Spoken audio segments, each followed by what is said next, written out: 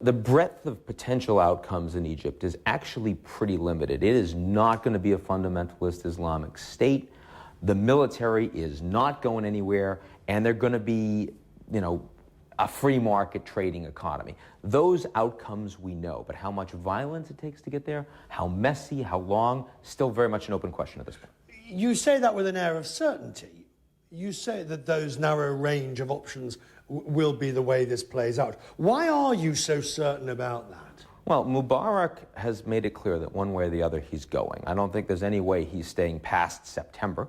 I don't think any way he's putting his son in. Right. That's done.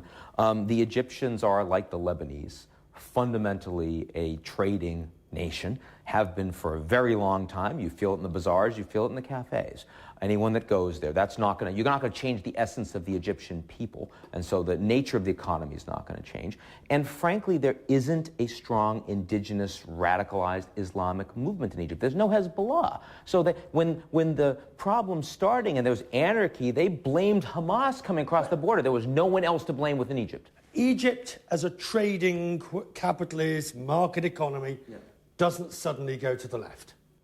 Well, certainly any new Egyptian government is going to have to show that they're more socially responsible in terms of things like food subsidies with food inflation, basic social services. Some would call that going to the left. But you're not going to see suddenly Egypt becoming a state capitalist economy. I don't believe that at all. Jordan. Let's look at Jordan then, because we've already had the king changing the government. Smart to do, yeah. Smart to do, yeah. But is that the act of desperation?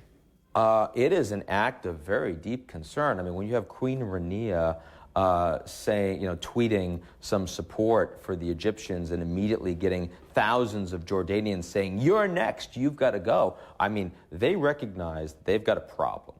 We've slightly forgotten Tunisia as Egypt became the gorilla in the room causing the problems. But the truth is, Tunisia is far from settled. That's right. You can put in... The riots continue. And yes, and it's not clear that the new government is, I'm sure you and I both met members of the new government in Davos walking around. Great, they're going to be there, sort of a 6-month period and all the rest. But, cohering a government that is going to have a dramatically different tint. It's not like Egypt, where this is going to be a much more, I would say, iterated process. In Tunisia, we don't know what the future holds for us. Is the market economy, business world, more at risk tonight as a result of the events we're seeing, whether it's in Tunisia and now Egypt, and the instability thereon? Yes. Not oil. Oil prices went up $100 because people panic. I mean, I remember when Abdullah came as king in Saudi Arabia, went up $3-4 immediately because people just didn't understand the nature of the transition. Same stuff. This is people haven't paid attention to geopolitics and they're freaking out. Suez Canal is not going to close down. You're not going to see Saudi fall apart, or the major oil exporters. Iraq is perfectly fine from that perspective. But in terms of broad instability in the Middle East, these places are emerging markets. We've seen all of these reports from banks, the HSBCs, the Standard Charters, that have said that we're going to enter an economic supercycle over the next 20 years because 70% of the world's growth is going to come from emerging markets. You know what? Emerging markets are more politically unstable, fundamentally, than the developed world. We are seeing that right now.